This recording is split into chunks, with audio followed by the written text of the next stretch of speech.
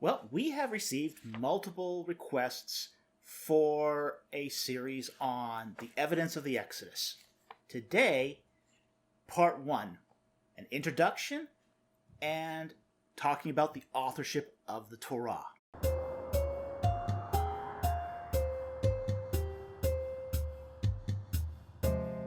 Before getting into the meat of this video, I'd like to take the opportunity to thank all our Patreon supporters and our subscribers who've helped us make this channel what it is. Thank you very much, and we really appreciate your support and your partnership as we try to bring educational material about ancient Egypt and the Bible. Okay, now I have to admit that this series is not turning out quite like I expected. For those of you who are not familiar with this channel, my name is David Falk. I am an Egyptologist and Bible scholar who is a research associate at the Vancouver School of Theology.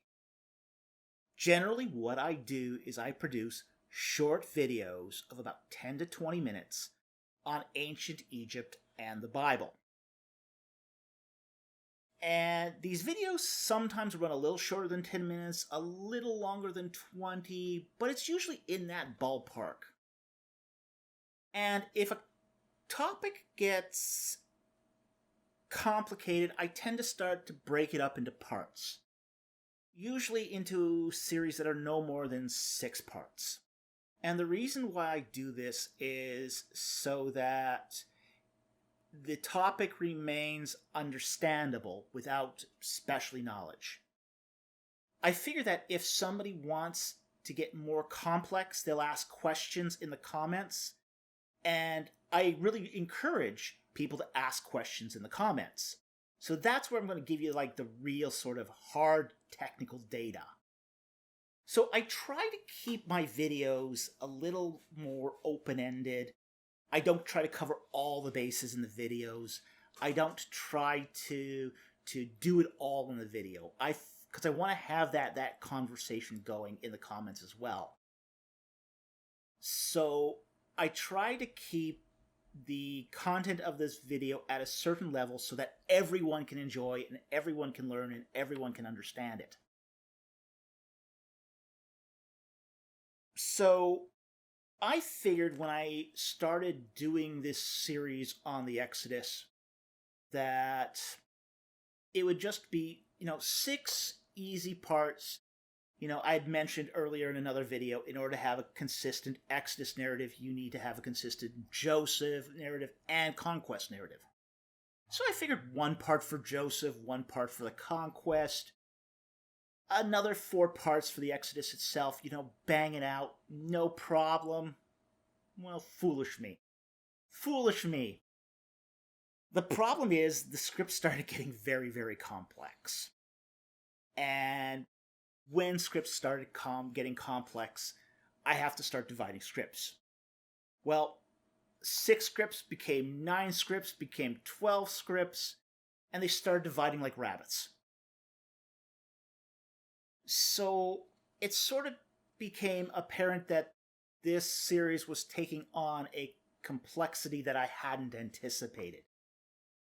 The problem seems to have been that I actually have too much data, too much evidence, which seems very odd because people always say that there's no evidence for the Exodus. Well, there's actually a lot of evidence, and I'm really discovering how much evidence is involved, even though this has been my focus of study, and I've always said that there's a lot of evidence. Even I'm, at this point, overwhelmed by the evidence. So, what I've decided to do is to make these videos really short. Just cover 1 subject each video, 1 topic. And I'm not going to do these videos 1 back-to-back, because we'd be doing this for 12 weeks. And I think everyone would get sick of the Exodus by that point. So what I'm going to do is going to shoot these videos on the evidence for the Exodus, really short, and intersperse them with other topics, so that people who are, say, still interested in other Egyptian topics, such as the language, other foreign parts of Egyptian history, will get to have their time slice on the channel. So, as such, I'm also going to do some other things as well. I'm going to take the Joseph narrative out of this series and treat it as a separate topic. And then when it comes time to refer back to the Joseph narrative, I'll refer back to those videos as needed. Okay, so that's the plan. But I also want to get in a little bit into the meat too. So we're going to talk a little bit about the authorship of the Pentateuch or the Torah. When we talk about the Pentateuch or the Torah, we're really talking about the same thing, which is the first 5 books of the Bible. And invariably, when you start talking about the first 5 books of the Bible, the question of authorship comes up. And much of this is because of a theory called the documentary hypothesis. Now, the documentary hypothesis was proposed by Julius Wellhausen. And he proposed that the Old Testament was first developed through oral tradition that got passed down, redacted, changed, and then put to pen sometime around the Babylonian period in the 6th century BC. Now, for me, the problem with the documentary hypothesis is that Moses only existed as oral tradition. That none of the actual words of Moses were preserved. At least none of the important ones were preserved in what we have today as the Torah or the Pentateuch. The Torah, under the idea of the documentary hypothesis, is really the product of editors or redactors that had a social or religious agenda. So the whole idea then of Mosaic authorship is moot for somebody who is a proponent of the documentary hypothesis. Now, I reject the documentary hypothesis for 3 reasons. The first reason is that, according to Ben Noonan, the 2 greatest donor languages to biblical Hebrew are Egyptian and Old Iranian. Now, Egyptian, of course, comes from Egypt. Old Iranian was a language that was used during the Babylonian exile. So these are the 2 most substantial donor languages to ancient Hebrew. Now, in the Torah, 71% of the donor terms that are used in the Torah come from the Egyptian language. 0% of the donor terms in the Torah come from Old Iranian. Now, we find sort of the opposite in, say, later writings. But this tells us something that's really interesting. How would a set of books supposedly put to pen in Babylon be completely absent of, say, the local language?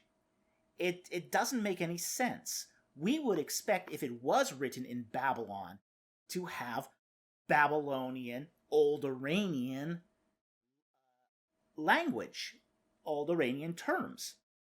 And we would also expect that, well, if this is written in Babylon, why would it have so much Egyptian vocabulary? It doesn't make a lot of sense. The second reason is I reject the documentary hypothesis is because some parts of the Torah are very old. There are details in the Torah that reference geography and culture that would have only been known to someone living in the late Bronze Age.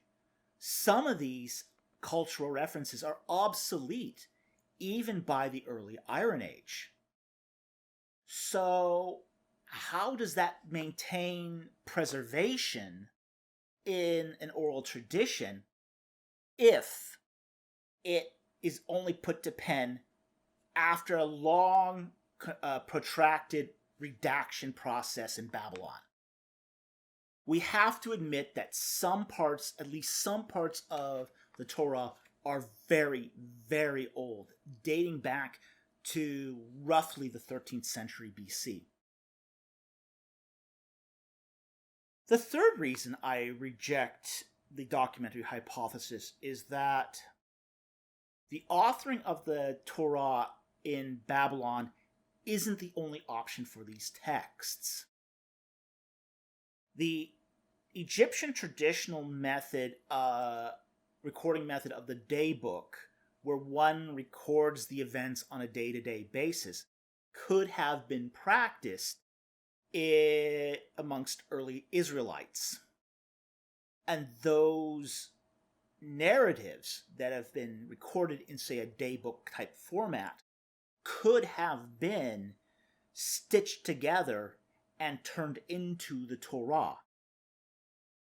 This alternative method maintains the original authorship and clear antiquity of the texts, while at the same time accounting for some of the more recent editorial glosses. And we have to admit that the Torah does have some editorial glosses that seem to be more recent than the original events of the Egyptian sojourn, the Exodus, and the wandering in the wilderness.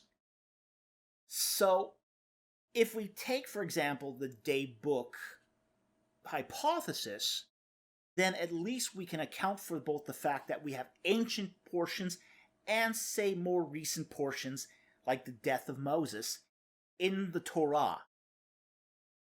So I think that's an alternate hypothesis for the authorship of the Torah that makes a lot more sense for the text, for the tradition, and for how the Torah was ultimately received by the Israelite community.